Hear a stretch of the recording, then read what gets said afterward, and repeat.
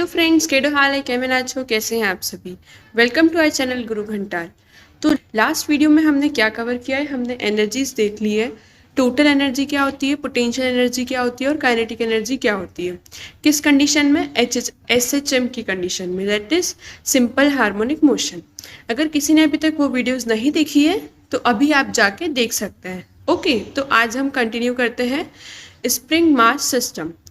तो ये क्या होता है, सबसे पहले हम ये समझते हैं। तो स्प्रिंग मास सिस्टम को समझने के लिए हम तो पहले क्या देखेंगे कि ये एक ऐसा सिस्टम है जिसमें स्प्रिंग होगी एज वेल एज कुछ मास सस्पेंडेड होगा। जैसे आप डायग्राम में देख पा रहे हैं कि ये एक स्प्रिंग है जिससे एक मास सस्पेंडेड है, मतलब कि वो उससे होल्ड हुआ है। ठीक है, तो इसमें दो केसेस हो सकते हैं कि या तो लॉन्गिट्यूडनल होगा या फिर हॉरिजॉन्टल होगा। हॉरिजॉन्टल मतलब क्या कि आपका जो स्प्रिंग है वो एक टेबल पे रखा हुआ है ना, तो ये आपका हॉरिजॉन्टल केस हो गया। लॉन्गिट्यूडनल मतलब आप कैसे समझ सकते हैं कि वाई एक्सिस, अगर वाई एक्सिस में स्प्रिंग और मास है तो उसे लॉन्गिट्यूडनल बोलेंगे। अगर एक्स एक्सिस में आपका स्प्रिंग और मास है तो उसे हम क्या बोलेंगे, हॉरिजॉन्टल। तो स्प्रिंग मास सिस्टम दो टाइप्स में मिलेंगे आपको, लॉन्गिट्यूडनल और हॉरिजॉन्टल।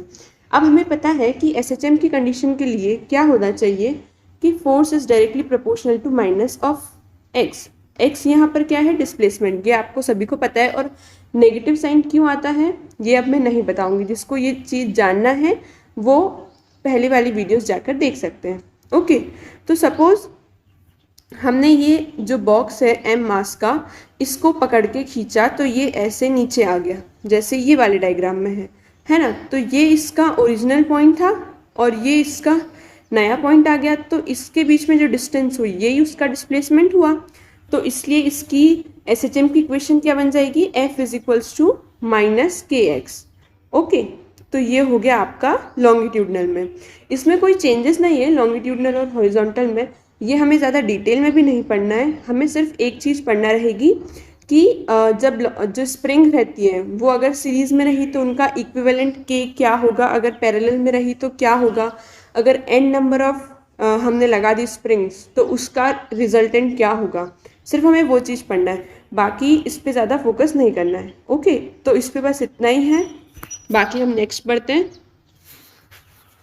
तो अब यहाँ पर हमने इतना कुछ पढ़ा स्प्रिंग और मास, तो इससे हमें क्या चीज़ आती है, इलास्टिसिटी। तो इलास्टिसिटी क्या होती है ना, the ability to regain its original shape. जैसे कि आपने सभी को पता होगा कि जो हमारा रबड़ होता है, जो रबर बैंड होता है ना, वो इलास्टिसिटी हम बोलते हैं ना, उसमें ज़्यादा इलास्टिसिटी है। तो क्यों, क्योंकि अगर हम उसे खींचते हैं और जब छोड़ते हैं तो वो वापस अपना ओरिजिनल शेप में आ जाता है। तो कोई भी ऐसी चीज़ जिसको मतलब हमने खींचा या कुछ भी डिफॉर्म किया लेकिन वो वापस अपना ओरिजिनल शेप रिगेन कर लेता है तो हम बोलते हैं वो इलास्टिक बॉडी है। ओके, अब limit of elasticity. Limit of elasticity मतलब क्या, beyond this there is deformation which is permanent.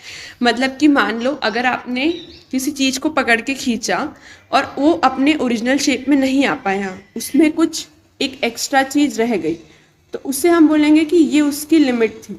कि मतलब अगर आप उसके बियॉन्ड उसे खींचेंगे तो वो अपना शेप रीगेन नहीं कर पाएगा, तो उसको हम बोलते हैं लिमिट ऑफ इलास्टिसिटी। अब ये हुक्स लॉ होता है ना, ये आपने 11th में पढ़ा होगा, ये ज़्यादा डिटेल में नहीं जानना है, मैं बोल रही हूँ अगेन। तो हम बस यहाँ पर एक चीज़ देख लेते हैं। क्या होता है ना कि फोर्स जो है वो डायरेक्टली प्रोपोर्शनल है माइनस एक्स के। तो अब फोर्स जो है वो मतलब हम उसको कैसे कैसे लिख सकते हैं, तो ये हो गया क्योंकि मास इनटू एक्सेलरेशन होता है, और एक्सेलरेशन क्या होता है, डबल डिफरेंशिएशन ऑफ डिस्प्लेसमेंट। तो ये उसके टर्म्स में लिख दिया, तो ये आपको इक्वेशन मिल गई। और ये इक्वेशन हो गई, और ये जो है वो टाइम पीरियड की, टाइम क्या होता है 2 pi under root of m/k। Okay.